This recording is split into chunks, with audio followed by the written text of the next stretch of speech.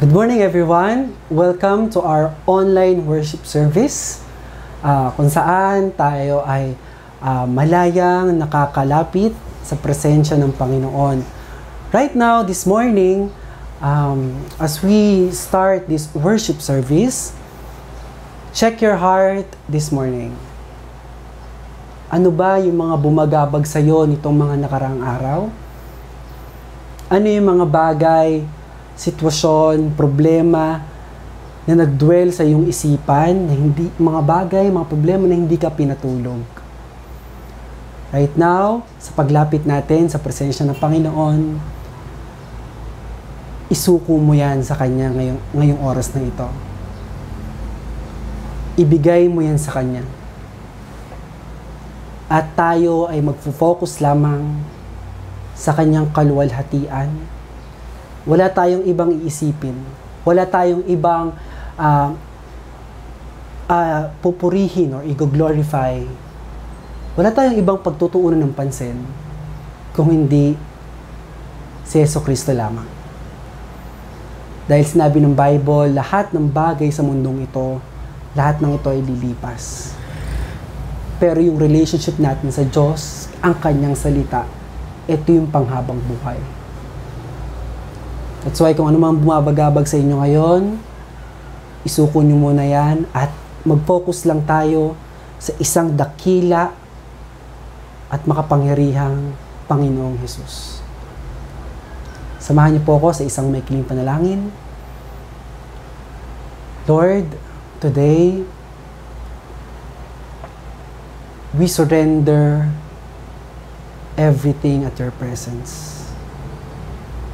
Mga bagay na nagpabigat sa aming puso, mga kasalanan, Panginoon, na aming kinabagsakan, disappointments, failures,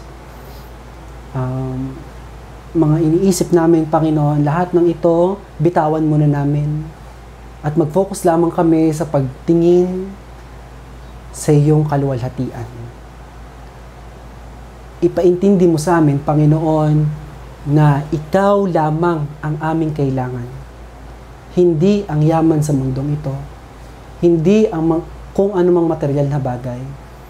What we need is you alone, Jesus Christ. You are sufficient sa aming buhay. Kaya Lord, wala man kaming yaman ngayon, wala man kaming mga material na bagay na aming inaasam. Pero Lord, yung ikaw na nasa aming puso, yung grasya mo, Panginoon, na nireveal mo ang iyong sarili sa amin, yon ang tunay na kayamanan. Yung relasyon na meron kami sa iyo, Panginoon, that's the real treasure. That's why this morning, we will glorify you, we will praise you, we will worship you. Salamat po, Panginoon. Gabayan niyo kami sa aming pananambahan ngayong umagang ito. At ito po ang aming panalangin sa pangalan ni Jesus. Amen and amen. Let's worship Him today, church.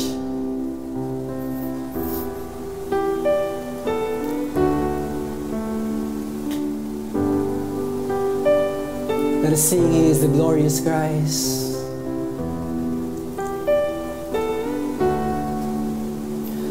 The radiance of the Father before the dawn of time.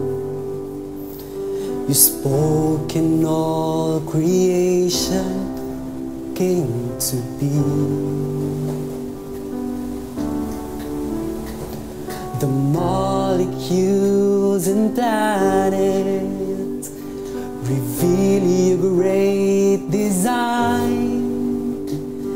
And everyone was made so we could see, so we could see that you are the glorious Christ, the greatest of all delight.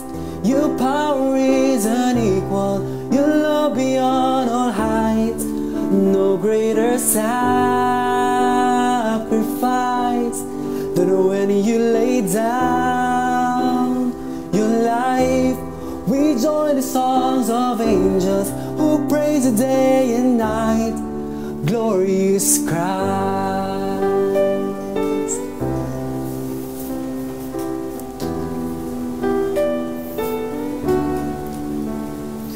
You left the air of heaven and breathed the dust of earth and dwell among the outcast and the poor. You came to be forsaken and died to take our curse, so you could be our joy forevermore. Forevermore. Come on, we declare, you are the glorious Christ, the greatest of all the lights. Your power is unequal, your love beyond all heights. No greater sacrifice than when you lay down your life. We join the songs of angels who praise the day and night. Glorious Christ.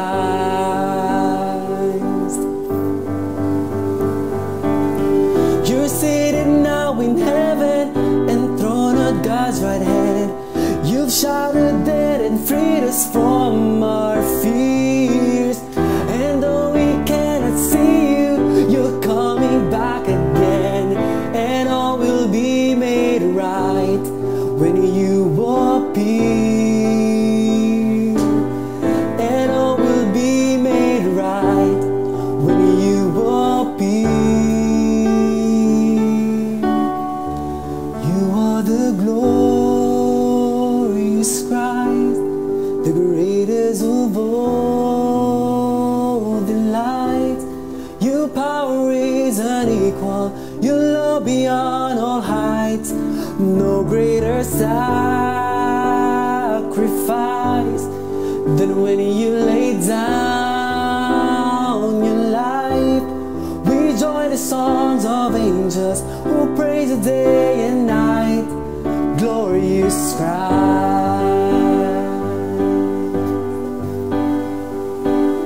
We will praise you.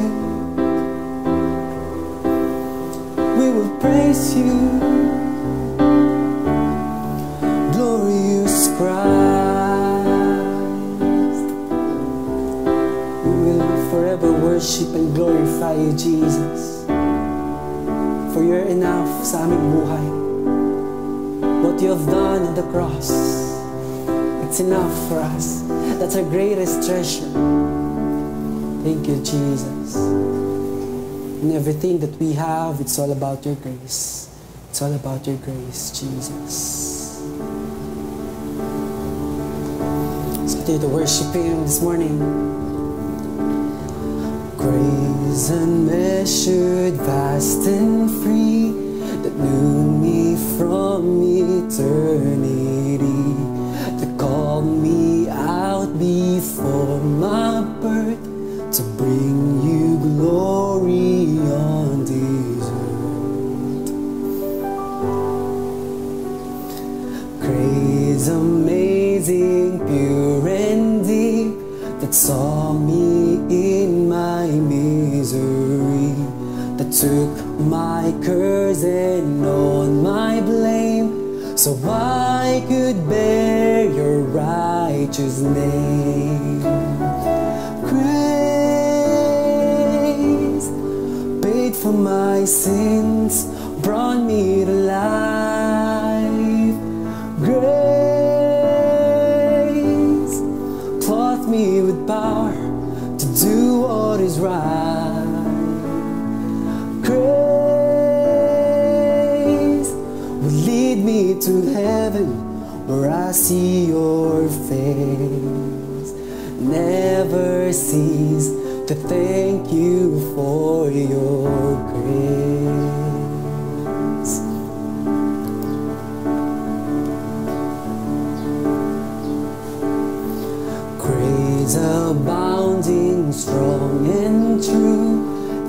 makes me long to be like you, that turns me from my selfish pride to love the cross on which you died.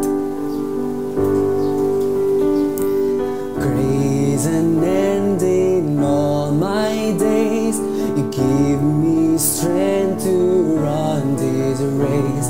And when my years on earth are through, the praise will all belong to you. Grace paid for my sins, brought me to life. Grace clothes me with power to do what is right. Grace will lead me to heaven, where I see your face. Never cease to thank you for your grace. Wonderful, wonderful, amazing grace. Thank you, Jesus, for the grace. Amazing grace. You to glorify your name. Delight in your grace. Come on, we sing. It's all about His grace. Grace paid for my sins, brought me to life. Your grace clothes me with power to do what is right. Come on, we sing. Grace.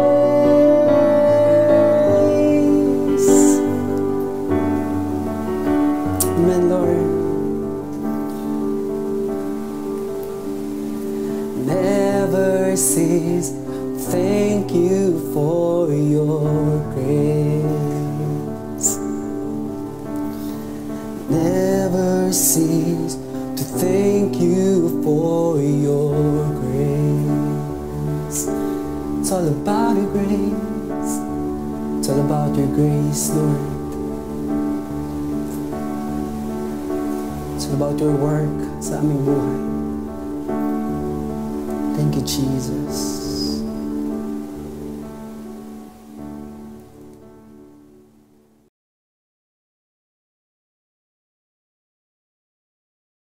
Maraming salamat, Brother Godfrey, sa isang magandang panambahan at malalim na pagpupuri sa ating Panginoon. Pagpalain ng Diyos ang buhay mo. Muli po ay magandang umaga sa lahat. Tayo pinagpapatuloy sa ating panambahan at tayo rin po ay nagpapatuloy sa ating pag-aaral, serye ng pag-aaral po ng pinamagatan ho nating Peculiarity of Christianity. At nasa ika-4 na aralin na ho tayo at nangangahulugan po tayo po ay nasa ika-4 na linggo na rin ho. Bago po ang lahat, manalangin muna po tayo panandalian. Dakilang Diyos, aming Ama, maraming salamat po sa malayang pagpapahayag ng aming pagsamba at pagpuri sa iyo. Salamat din po sa nakaraang linggo ng pagkalinga niyo po sa amin, pag-iingat niyo po sa amin at pagkakaloob ng aming mga pangailangan. Patuloy niyo kaming dinadala ang puso namin sa kauhawan na makilala ng lubusan si Kristo na iyong anak. Kaya nga po, Panginoon, hinihiling po namin sa Espiritu Santo na kami ay alalayan na maunawaan at pagliwanagin na makita namin ang kalooban mo at makilala namin si Kristo Jesus na iyong anak sa aming pag-aaral ng salita mo ngayong umaga. Salamat po, O Diyos, sa pangalan ni Jesus. Amen at amen. Pag pinag-usapan ho ang apocalypticism o yung doktrina o paniniwala ng huling kapanahunan o katapusan ng mundong ito, ang iba't ibang mga reliyon ho ay may ganito rin pong paniniwala at hindi lamang po ang pananampalatayang Kristyanismo. Ang katulad po ng mga Muslim o yung Islam faith, naniniwala po sila na may katapusan ng mundong ito at may magaganap sa huling kapanahunan. Isa po sa mga paniniwala po nila ay meron daw pong lalabas o na tao na ang pangalan po ay si Dahal. At lilinlangin niya ho ang maraming tao upang siya ay paglingkuran at siya po ay sambahin. Pero pagdating ng panahon, itong mga taong kanyang naakit, nalinlang, nadaya, ay siya rin po ang magdadala sa kanila sa mga immoralidad na buhay. Siya rin po ang magdadala sa kanila sa kasamaan, sa anarkiya, at sa tinatawag po nating moral corruption. At malalaman daw po ito ni Allah, kaya ipapadala niya ho si Isa. Si Isa ho ay yung po ang tawag ng mga Muslim kay Jesus. At para po sa kanila, si Jesus po ay isang dakilang propeta, pero hindi po siya anak ng Diyos at hindi rin po siya lalo tigit Diyos. Pero siya raw po ang papadala ni Allah upang patayin si Dahal at lahat po ng mga naglingkod at sumamba sa kanya. At pagkatapos po nito ay lalalang sila ng panibagong mundo. Ang Hinduism naman, ang kanilang paniniwala ay ang mundo raw pong ito is a cycle of creation and destruction. Walang katapusan ho na paglalang, pagsira, paglalang, pagsira. Yung po ang paniniwala po ng Hinduism. Maging ang Buddhism po ay parang katulad din po ng Hinduism. Sapagkat kung ating pag-aralan po ang world religions, ang Buddhism ay nanggaling lamang po sa Hinduism. Ang pagkakaiba lang ho nila sa ganitong aspeto ng doktrina, naniniwala po ang Buddhism na nagaganap lamang itong creation, destruction, and recreation every 15 billion years. Yun po ang kanilang paniniwala. Paano naman, Pastor Jeff, yung mga Christian religion? Ang Roman Catholic Church po at maging po ang ilang mga Protestant churches at marami pong mga Pentecostal churches, hindi sila naniniwala doon sa tinatawag pong rapture. Para sa kanila, ang rapture po at ang second coming of Christ ay isang katuruan lamang. Kaya nga po sa umaga pong ito, ituturo ko sa inyo that the rapture and the second coming of Christ, ito po ay separate event. Ito po isang unique event, especially when we talk about the rapture. Ito lang po ang katuruan sa buong Biblia na unique. No? Uniquely ho na tinuturo ho ng Biblia sa atin na isang event na magaganap at malapit na nga po yun. Okay, so bago pong lahat ng magpatuloy tayo sa ating pag-aaral, ay samahan niyo muna po ako sa pagbuklat ng Bible niyo. I hope na nandiyan po ang Bible niyo sa tabi. Ay 1 Thessalonians chapter 4, verse 13 to 18, I'll be reading from the ESV translation. But we do not want you to be uninformed, brothers, verse 13, about those who are asleep, that you may not grieve as others do, who have no hope. Verse 14, for since we believe that Jesus died and rose again, even so, through Jesus, God will bring with Him those who have fallen asleep. Yung mga namatay na ho. Verse 15, for this we declare to you by a word from the Lord, that we who are alive, who are left until the coming of the Lord, will not precede those who have fallen asleep.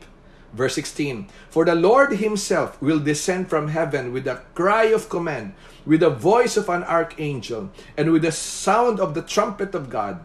And the dead in Christ will rise first. Then we who are alive, who are left, will be caught up together with them in the clouds to meet the Lord in the air.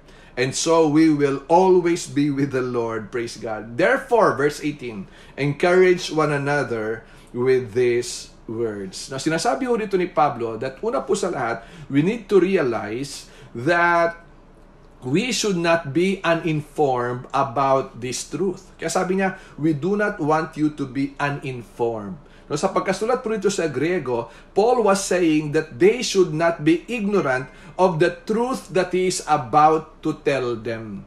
Mahirap po kasi pag hindi ho natin alam ang Biblia. Pag tayo po ay ignorante sa katuruan po ng Biblia. Sabi nga po ni William Hendrickson, sabi niya, ignorance concerning spiritual realities is always bad for the believer. It leads to lack of comfort. Bakit po ito naisulat ni Pablo sa mga kapatiran sa Thessalonica? Kasi noong mga panahon pong yon, may mga namatay po sila mga kamag-anak at mahal sa buhay na kay Kristo, may pananampalataya kay Kristo, at nangangamba sila dahil na iniisip nila na baka mamaya dumating ang Panginoon at dahil patay na ho yung kanilang mga mahal sa buhay, ay hindi raw po makasama sa kaharian ng ating Panginoon. Kaya tinuwid po ni Pablo ang mga maling ganitong paniniwala at maging ang mga maling haka-haka po nila. Remember this, mga kapatid, no? The truth of the scriptures will always deliver us from wrong thinking and from wrong feelings. No?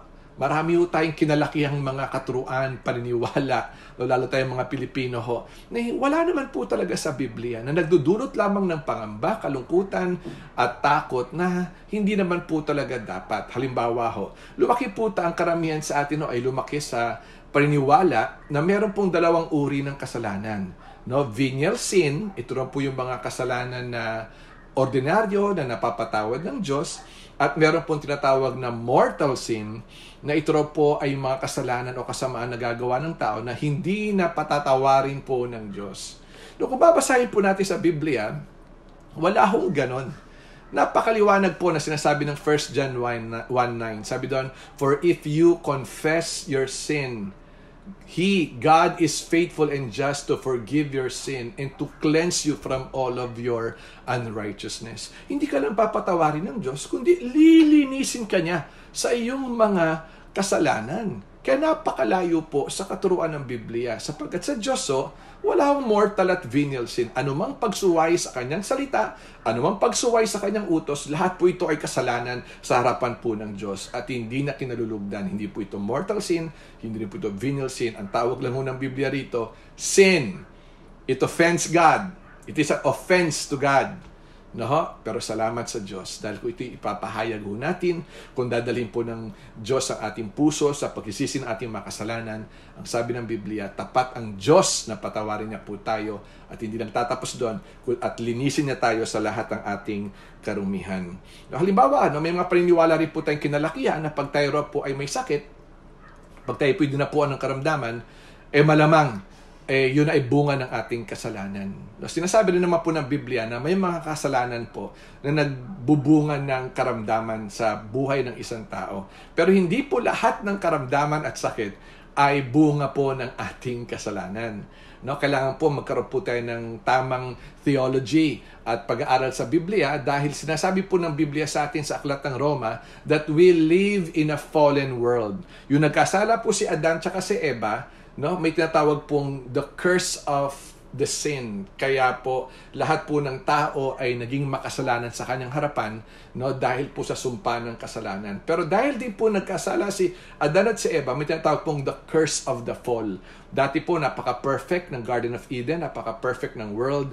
Ngayon ho ay hindi na ho perfect, hindi na balansyado ang mundo dahil maging ang mundong ito nung nagkasala po si Adan at si Eva ay sinumpa ho ng Diyos. Kaya po tayo ay dinadapuan ng karamdaman because we live in a fallen world. Sa theology po ang tawag doon ay the curse of the fall. No? Kaya po sinulat ito ni Pablo sa kanila para yung mga maling paniniwala nila doon sa mga mahal nila sa buhay na namatay na maaring hindi na makasama pag dumating ang Panginoon ay matanggal na ho at mapawi na sa kanilang mga kaisipan. Kaya sabi niya ho rito that you may not grieve as others do who have no hope.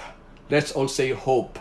No, yan po ang malaking pagkakaiba dapat na nakikita ho sa ating mga ginalawan ng Diyos at nilapit ng Diyos sa kanyang anak na si Kristo Jesus. Yung meron po tayong pag-asa. Maging may pandemya, miski tayo po ay kabila ang nakakaranas sa mga challenges sa buhay natin, hindi po dapat tayo mawala ng pag-asa sapagkat ang Diyos ang ating pag-asa. No? Ano po ba itong pag-asa na sinasabi ho ni Pablo? No? Una po sa lahat, the gospel of Christ is the foundation of our hope. No? Nagmumula po itong pag-asang ito, no, makalangit na pag-asa doon sa mabuting balita ni Kristo Jesus. Verse 4 once again. Sabi niya, "For since we believe that Jesus died and rose again," see? Jesus died and rose again. That's the gospel of Christ. Even so, through Jesus, tayo pong na kay Kristo at dahil kay Kristo, God will bring with Him those who have fallen asleep. Sinasabi ni Pablo, huwag kayong mangamba. No, yung mga mahal nyo sa buhay, magulang nyo, asawa mo, anak mo, kapatid mo na kay Kristo, na una-unang pumanaw sa mundong ito, huwag kayong mangamba, huwag kayong mag-alala sa kanila. Sapagkat pinangako ng Diyos na hindi iiwan ng Diyos sila sa kanyang muling pagbabalik. Ganito rin po ang sinabi ni Jesus Christ nung namatay po si Lazarus. Sinabi niya po ito sa isa sa mga kapatid po ni Lazarus. Sabi niya po sa John 11 verse 25 hanggang 26, sabi niya, Jesus said to her, I am the resurrection and the life. Whoever believes in me, though he die, yet shall he live. Verse 26, and everyone who lives and believes in me shall never die. No, mamamatay ho ang ating lupang katawan, pero hindi mamamatay yung ating kaluluwa, yung pinaka-ako at yung pinaka-ikaw, yung kaluluwa ho, ang ating laman, ang ating katawan ho, ay damit lamang ng ating pinakatayo. Hindi ho tayo namamatay. John chapter 3 verse 16, alam ho na natin lahat ito. Tagalogin ko na lang ho. Sabi ho doon, gayon na lamang, sabi ni Jesus, gayon na lamang ang pag-ibig ng Diyos sa sanlibutan na ipinagkaloob niya ang kanyang bugtong na anak na si Jesus upang ang sino mang sumampalataya sa kanya ay hindi mapahamak, bagkus ay magkaroon ng buhay na walang hanggan. No? May pag-asa ho sa likod ng libingan. May pag-asa ho sa likod ng kamatayan. May pag-asa ho sa likod ng mga kasamaan ng mundong ito. No? Kalamidad ng mundong ito, may pag-asa ho. Dahil tayo ho ay kay Kristo, nakaangkla itong pag-asa po natin sa ginawa ni Kristo sa krus ng Kalbaryo nung tayo mapatawad sa ating makasalanan at matanggal ang puot at galit ng Diyos sa atin, no? At sa kanyang muling pagkabuhay makarang 3 araw ay tiniyak ng Diyos ang kalangitan ay inilaan niya para sa lahat ng mga nilapit niya sa kanyang anak na si Kristo Jesus. So the gospel of Christ is the foundation of our hope. Pangalawa ho, the rapture of the church is our blessed hope. Kaya na po, verse 14 and verse 15, sabi ho sa text natin, for this we declare to you by a word from the Lord. A word from the Lord. So sinasabi ni Pablo, hindi ito kasama sa mga earlier recorded writings. This is a personal revelation of God to me. Siguro baka binigay ito ng Panginoon sa kanya nung siya ay nagstay ng 3 years sa Arabian Desert based on sa Galatians chapter 1. Ang sinasabi lang ulit ni Pablo, ito ay revelation, personal revelation ng Diyos sa akin. No? And it is enough to dismiss the fears of the believers in Thessalonica. No, sabi niya, for this we declare to you by a word from the Lord that we who are alive, who are left until the coming of the Lord, will not precede those who have fallen asleep. Kaya sabi niya yung mga unang mga namatay niyong mahal sa buhay na kay Kristo, ay hindi tayo mauuna sa kanila. No? Mauuna sila sa atin. May nagtanong sa akin minsan, Pastor, bakit hindi pa sabay-sabay na tayo kunin ng Panginoon? Ba't kailangan pang mauna yung mga namatay kay Kristo, no? Bago tayo kunin ni Kristo? Ang sagot ko lang ho dyan, meron pong 6 feet below the ground sila na kailangang malagpasan yon bago sila kunin ng Panginoon. Biro lamang po yon, no? Pero ito po ang programa ng Diyos. Mauuna po ang mga namatay kay Kristo, na kanyang muling bubuhayan, at pagkatapos naman ho yun, ay kasunod na rin ho tayo. Kaya kung babasahin po natin yung ating teksto, sabay-sabay na ho rin ho tayong haharap sa alapaap sa ating Panginoon. Kaya sabi dito, for the Lord Himself, sabi doon, will descend from heaven. No, napakaliwanag po ng sinasabi ng Biblia, no, na ang Panginoon mismo, mula sa kanyang trono, mula sa kanyang kaharian, mula sa kanyang kalangitan, siya mismo ay bababa. No? Naalala niyo po yung time na si Jesucristo po ay pumanaog na sa kalangitan? Ang sabi ho ng Biblia, sinama niya po yung mga 120 apostles and disciples niya, at yung pumanaog na ho siya sa kalangitan, no, nakatulala ho, nakatingin po ang lahat ng mga apostles and disciples sa pagpanhik ni Hesus Kristo sa kalangitan. Biglang may dumating na dalawang anghel. At ang sabi ng dalawang anghel sa kanila, ayon po doon sa Acts chapter 1 verse 11, sabi po nila, "This same Jesus who has been taken from you into heaven will come back in the same way you have seen him go into heaven." Sabi nila, kung paano nyo nakitang pumanhik si Jesus sa kanyang kalangitan, sa kanyang kaharian, siya rin yung babalik. Ito po yung sinasabi ng Bible sa atin. Babalik po si Jesus, no? At ang sabi rin po ng verse natin, "For the Lord himself will descend from heaven with the cry of command, with the voice of the archangel, and with the sound of the trumpet of God, and the dead in Christ will rise first." No? "Then we who are alive," tayo mga buhay, "who are left, will be caught up together with them in the clouds to meet the Lord in the air." Sa langit lang ho. Kaya yung pagbabaho ni Hesus Kristo mula sa kalangitan sa kanyang kaharian, hanggang alapaap lang ho. Hindi ho siya bababa sa mundong ito para makita ng lahat, no? Kundi hanggang alapaap lang ho. Sasalubungin niya tayong mga nasa kanya, mga namatay, unang namatay sa atin at mga buhay pa ho. Sasalubungin po tayo ni Kristo sa alapaap, no? Kaya nga po ang rapture ay isang unique event na iba sa second coming. Kasi po yung second coming o sa theology po ay second advent. Ibig po sabihin ng advent ay magpapahayag ang Diyos sa pisikal. Makikita ng lahat ng tao ang kanyang anyo. No? Ano po ba yung first coming o first advent? Nangyari po yun sa Bethlehem. Nung siya po ay pinanganak ni Maria. No? At lumaki at nakita, nasaksiyan, nakasama ho ng maraming tao. Pero ito pong rapture, hindi po ito makikita ng lahat ng tao. Ang makakasaksi lamang, ang sasalubong lamang sa kanya, ay walang iba kundi tayong ang kanyang iglesia, ang kanyang pinili, ang kanyang ginalawan at pinagkalooban ng buhay na walang hanggan. At ang sabi ng Biblia rin po sa atin, doon po sa binasa natin kanina, sa verse 17, "Then we who are alive, who are left, will be caught up together with them in the clouds to meet the Lord in the air." Doon po kinuha ang salitang rapture, yung salitang caught up. No, both sa Latin at sa Greek po ay rapere. Napakahalagang salita po niyan.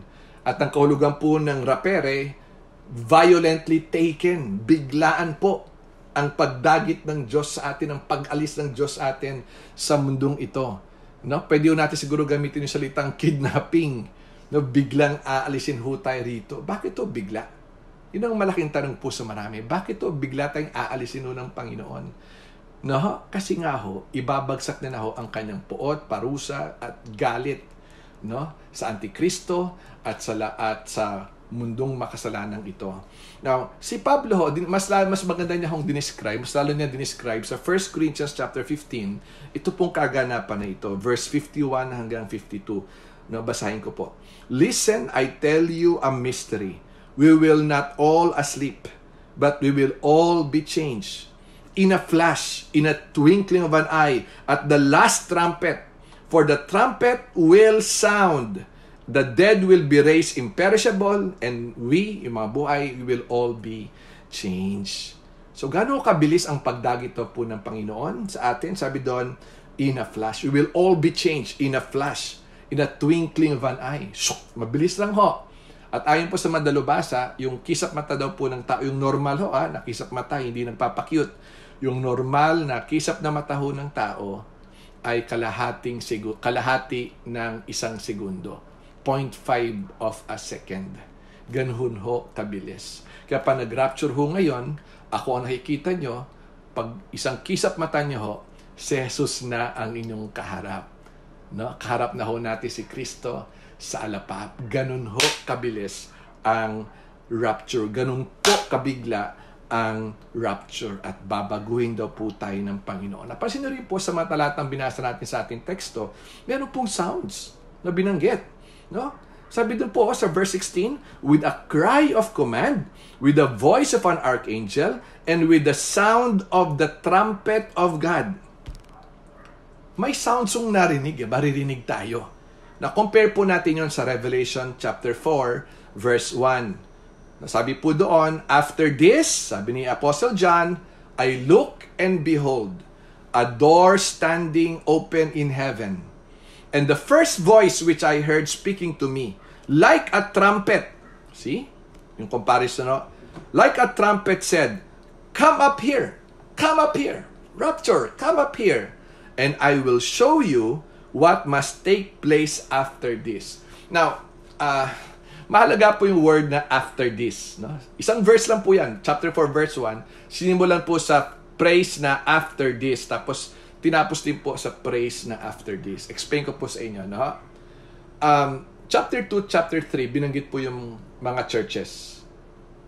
Tapos, chapter 2. Chapter 3, binanggitin po yung mga churches. All in all, 7 churches po yung binanggit po dyan at kinaugnay ng Panginoon.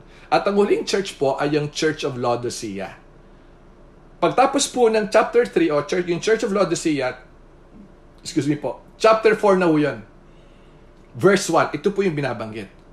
Ba't ko sinabi ito? Kasi po yung salita pong after this, sa simula at katapusan ng Revelation chapter 4, verse 1, sa Grego po nito ay metatauta. Ano pong ibig sabihin nun? After the church age. No? Chapter 2, churches. Chapter 3, churches. Chapter 4, verse 1, tapos na ho ang church age. Wala na ho tayo rito, na rapture na ho tayo.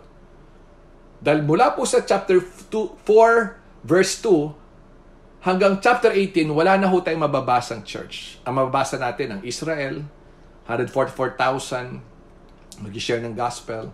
Mababasa po natin ang mga Gentiles, mababasa po natin ang judgment, ang vials of wrath and judgment ng Diyos sa Antichrist, sa false religion, sa lahat to, ng mga parusa niya, hanggang chapter 18 po yan.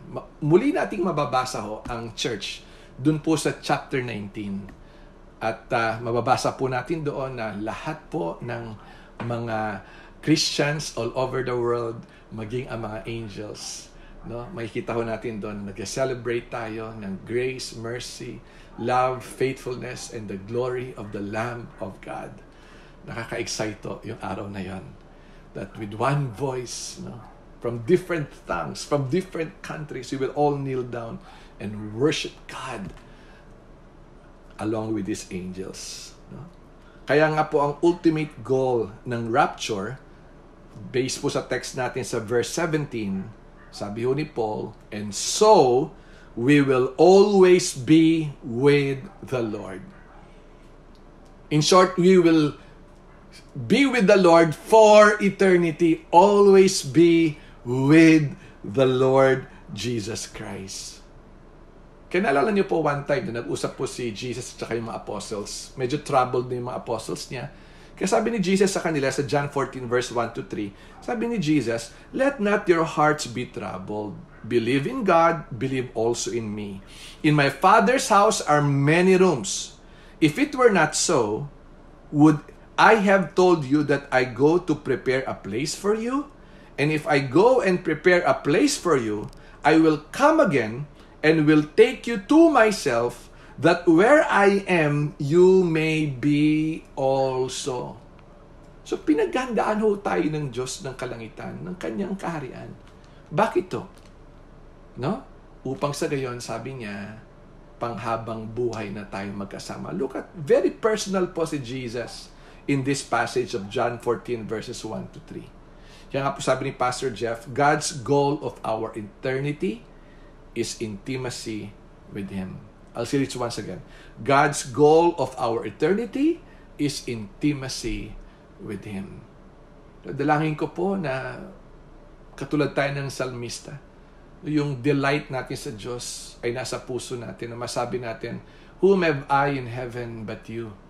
And on earth I desire nothing besides you. My heart and my flesh may fail, but God is the strength of my heart and my portion forever. Katulad din po ng salmista, masabi natin, as the deer pants for the water, so my soul longs for you, O God. No, that's intimacy.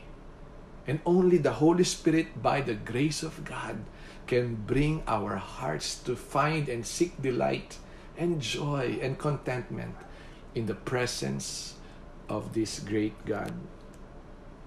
So sinabi ho natin kanina that the gospel of Christ is the foundation of our hope. Sinabi rin po natin that the rapture of the church is our blessed hope. And last but not the least, we the church should be a people of hope. Kaya sabi po doon sa last verse ng ating text, verse 18, therefore, so nag-conclude daw si Paul, therefore, encourage one another with these words. Isipin nyo, kung dadaan po ang church sa Great Tribulation, how can we encourage one another? Just the thought of the Great Tribulation as a husband and as a father, man, inisip ko, paano ko ma-encourage ang asawa ko, ang sarili ko, ang aking mga anak, kung dadaan ang church sa Great Tribulation? Beyond imagination ho. Beyond comprehension. Ang judgment ay babagsak ni Lord sa Great Tribulation period, 7 years Great Tribulation period. Binanggit na po, pinasilip po tayo ni Jesus sa Matthew 24 verse 21. Ano pong sabi ni Jesus? For there will be great distress, unequaled from the beginning of the world until now, and never to be equaled again. Come to think of it. Gaano katindi ang kaguluhan, kalamidad at magaganap ang mararanasan ng mga tao may iiwan sa rapture dahil ibabagsak ng Diyos ang kanyang puot at galit at kaparusahan. Beyond imagination. No? At sabi pa ni Jesus, verse 29, immediately after the distress of those days, the sun will be darkened, and the moon will not give its light, the stars will fall from sky, and the heavenly bodies will be shaken. Sipin nyo yan. That's pasilip lang ho ng Diyos yan. Kung ano po magaganap sa 7 years Great Tribulation. Kaya nga po ang good news, hindi ho tayo dadaan sa Great Tribulation. Maliwanag po na sinabi ng 1 Thessalonians chapter 5 verse 9, for God has not destined us for wrath. Maganda ho nito, pag i-exegete po natin, yung salitang wrath sa 1 Thessalonians chapter 5 verse 9 ay connected dun po sa Great Tribulation. Puot, galit ng Diyos. For God has not destined us for wrath, but to obtain salvation through our Lord Jesus Christ. Yan po ang disenyo ng Diyos sa atin, na tayo po ay makaranas ng kanyang kaligtasan. Ano ba yung salvation ni Lord sa atin? Nagsimula po sa regeneration. Binuhay ng Diyos ang ating espiritu para malaman natin ang kabanalan ng Diyos at makita natin ang na tayo masama at makasalanan sa harapan ng Panginoon at walang magagawa para maging malinis sa harapan ng Diyos at para malaman din ho natin na kailangan natin ang kanyang kahabagan, biyaya at kapatawaran kay Kristo Jesus. Yun po yung regeneration. Tapos, sinuko natin ang buhay natin sa Kanya, maging ang ating mga kasalanan pinagsisihan natin, kinilala natin si Jesus sa ating buhay bilang Panginoon at tagapagligtas. Kaya tayo po'y pinawalang sala ng Diyos. Ang tawag naman po doon ay justification. At sa galaw po ng Espiritu Santo, hanggang ngayon, binabago po ng Diyos tayo, dahan-dahang inaalis yung mga kasalanan, kahinaan, kapalpakan natin, katigasan natin ng ulo, dahan-dahang po tayong binabago ng Diyos, sa pamamagitan po ng Espiritu Santo. Ang tawag naman po doon ay sanctification. At darating po ang panahon na tayo po ay magiging perfecto na. Ang tawag po naman dyan ay glorification. Ito po yung rapture. That is the last stage of our salvation, yung ating glorification. Pagdating ng panahon na yon, sabi po ng Bible, from mortal bodies to immortal ones, from corruptible bodies to incorruptible ones, magiging perfect na po tayo. At kasama ho natin si Jesus. Kaya nga po uli, babasahin ko uli yun, for God does not destined us, hindi tayo dinisenyo, hindi tayo pinograma ng Diyos for wrath, but to obtain salvation through our Lord Jesus Christ. And Titus 2:13, sinulat po ni Pablo kay Tito, sabi niya, waiting for our blessed hope. Tawag po ni Paul sa rapture, blessed hope. The appearing of the glory of our God, great God and Savior, Jesus Christ. Hayaan niyo pong tapusin ko itong sermon na ito sa sinabi ho ni John MacArthur sa pagiging servant and sovereign king ni Jesus Christ. And I quote, the first time Jesus came to earth, He came as a servant. The next time He will come as the sovereign king. The first time Jesus came, He came as one obeying. The next time He will come as one commanding. The first time Jesus came, He came alone to live with a Jewish couple in a small, obscure town. The next time He will come with all His holy angels to take over the whole earth. The first time Jesus came, He came in humility. The next time He will come in glorious majesty and splendor. The first time Jesus came, He came to seek and to save the lost. And the next time He will come to judge and sentence the lost. The first time Jesus came, He came as the sower. Next time He will come as the reaper. He came in grace. He comes in wrath. Kaya mga minamahal kong kapatid sa Panginoon, ito na po ang panahon na magising tayo sa katotohanan na ang mga pandemya, ang mga natutunugan nating posibleng digmaan sa ibang bansa, ang mga kalamidad, ang mga lindol, ang lahat pong ito ay mga palatandaan ng muling pagbabalik ng ating Panginoon na pinahayag na po sa Kanyang salita. Magising po tayo, mga kapatid, na malapit na dumating si Jesucristo. Ang mga kasalanan, karumihan, kamunduhan, kalasuan, mga gawaing makalaman ay dapat na ho natin pagsisihan at talikuran at isuko kay Kristo Jesus na ating Panginoon na namatay sa krus ng Kalbaryo para sa mga kasalanan yan. At tayo po'y mamuhay na may kakontentuhan, may kasimplihan, nakatutok pong ating puso at isipan. Una, sa pagbibigay ng kaluwalhatian sa Diyos sa lahat ng ating ginagawa. Pangalawa, sa pagbibigay o pagpapahayag ng mabuting balita sa ating mga kamag-anakan, kapitbahay, kakilala, kaibigan.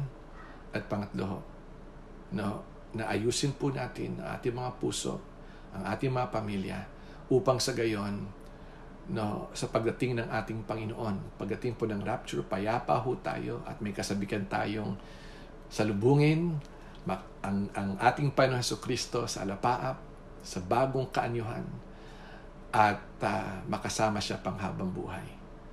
Kung meron pong nakakapanood ng worship video na ito, hindi aksidente na ikaw ay nakapanood.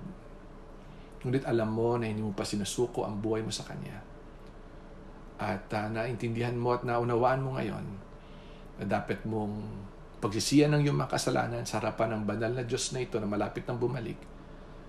At kailangan mong isuko ang buhay mo sapagkat siya'y namatay sa krus ng Kalbaryo upang tubusin ka niya sa iyong mga kasalanan alinsunod sa kalooban ng kanyang Ama. Pagsisiyan mong iyong mga kasalanan, isuko mo ang buhay mo sa Kanya, at kilalanin mo siya simula sa araw na ito bilang iyong Panginoon at tagapagligtas. Malapit na ho na dumating ang Panginoon, mga kapatid. Maghanda po tayo at manabik po tayo na makasama siya panghabang buhay. Manalangin po tayong lahat.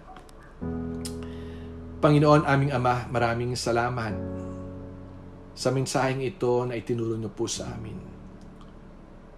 Tulungan niyo kami, Panginoon, naganap naming maunawaan na malapit na ang iyong muling pagbabalik.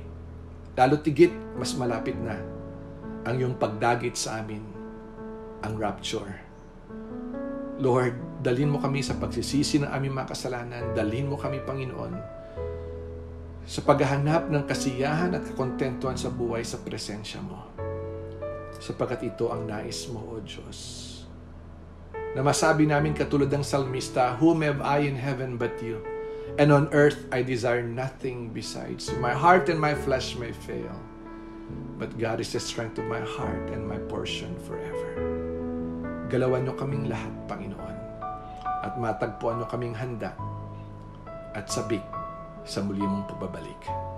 Sa pangalan ni Jesus. Amen at amen.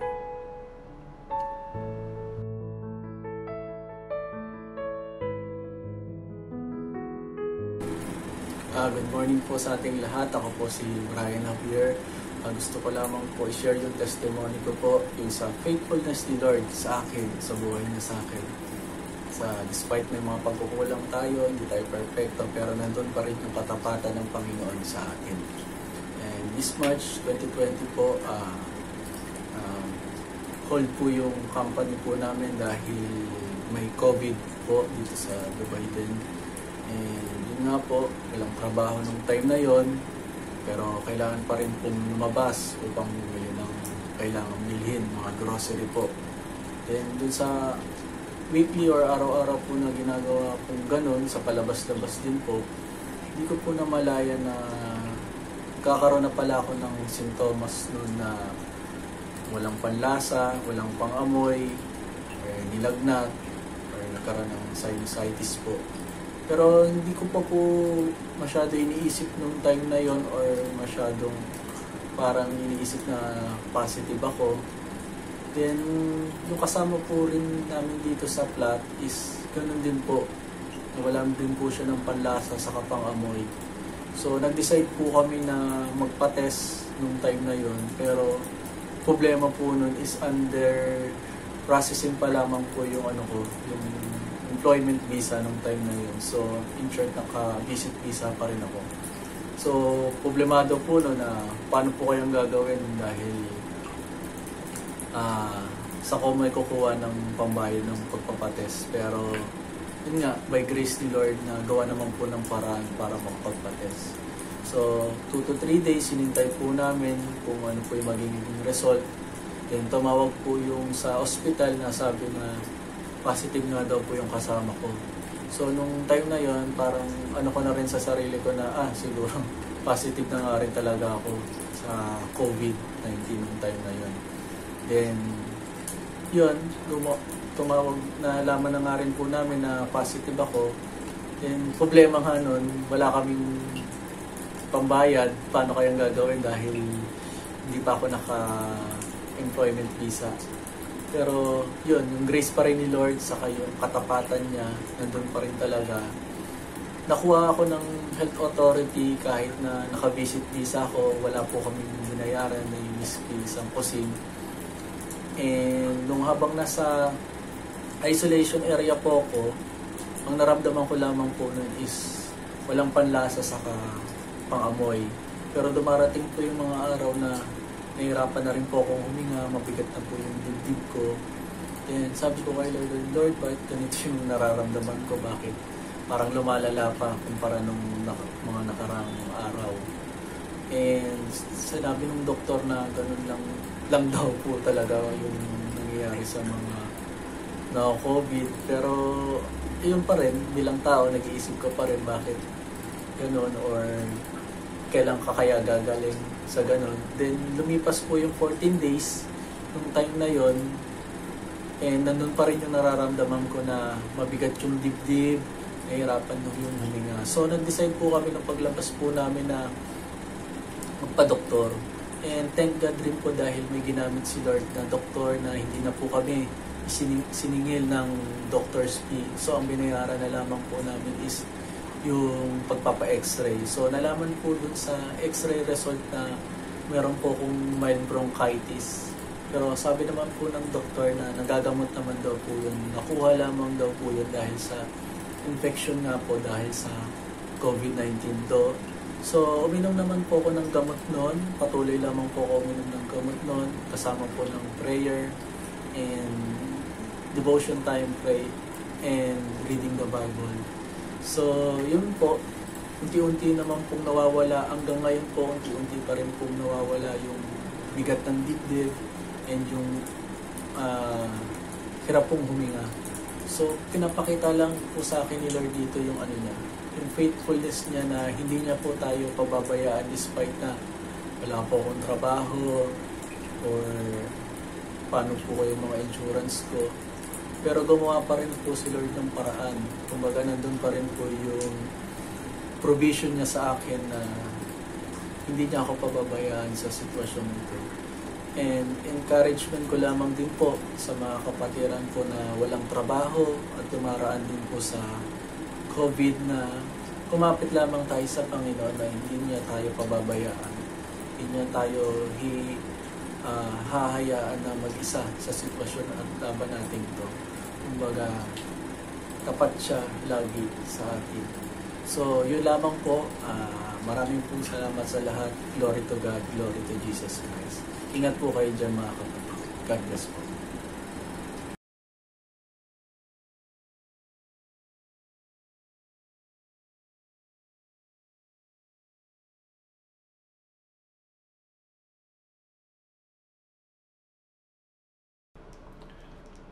Salamat, Brother Brian, sa iyong buhay na patotoo at katapatan ng Diyos ay naipahayag sa iyong kalagayan.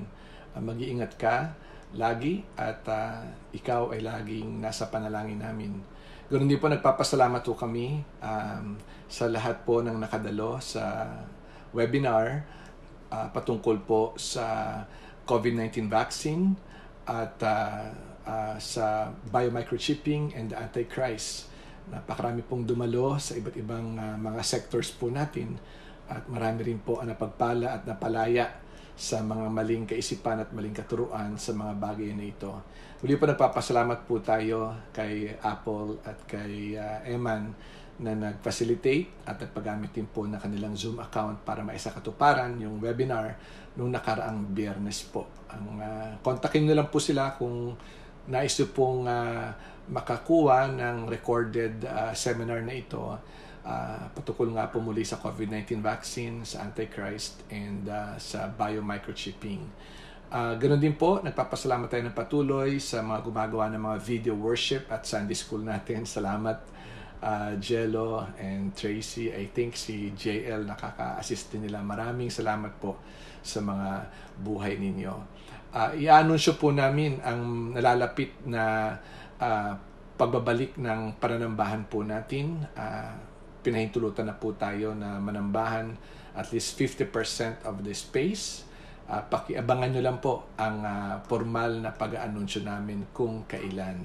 Sapat magpupulong pa ho kami ng mga elders para matiyak po natin na ligtas ang ating pagpupulong, pagsasama at panambahan. Ligtas po yung ating lugar at uuwi rin po tayo ng ating mga tahanan na ligtas. Maraming salamat po at patuloy po natin ipanalangin ng ating Mayor, Angelo Aguinaldo, maging po si Consul Jerry Harin na madalas na po nakakasama. Pag-pray din po natin ang mga frontliners natin ho. Magpanalangin na po tayo sa bawat isa, magkakapatiran. Huwag po natin baliwalain ang kahalagaan at ang kapangyarihan ng panalangin. Magwawakas po ako sa maikling panalangin. Nais ko pong ipag-pray kayong lahat. Panginoon, aming Ama, maraming salamat po sa muling matagumpay na panambahan. Maraming salamat po sa mga nag-volunteers para po isakatuparan ang worship video na ito, maging po ang Sunday School video. Maraming salamat po, Panginoon, dahil alam po namin na Ikaw ang patuloy na mag-iingat sa mga buhay po namin at magkakaloob ng lahat ng pangailangan namin. Sa iyo at sa iyo lamang po ang aming tiwala. At kung meron man kami mga kamag-anakan, kaibigan, kakilala, kapitbahay na nadapuan po ng COVID-19 o iba't ibang uri ng mga karamdaman, Lord, tinataas po namin sila sa iyo. Ang iyong kahabagan po ay maranasan nila. Maiunat niyo po ang iyong mapagpalang kamay at makaranas po sila ng kagalingan mula sa iyong biyaya. Maraming salamat po at sa ating pansamantalang pag-iwahiwalay, tanggapin nating lahat ang mayamang pagpapala ng Diyos Ama, ang malawak na pag-ibig ng Diyos Anak at ang kapayapaan ng Diyos Espiritu Santo sumating lahat mula ngayon hanggang sa muling pagbabalik sa pangalan ni Jesus. Amen at amen. God bless you all.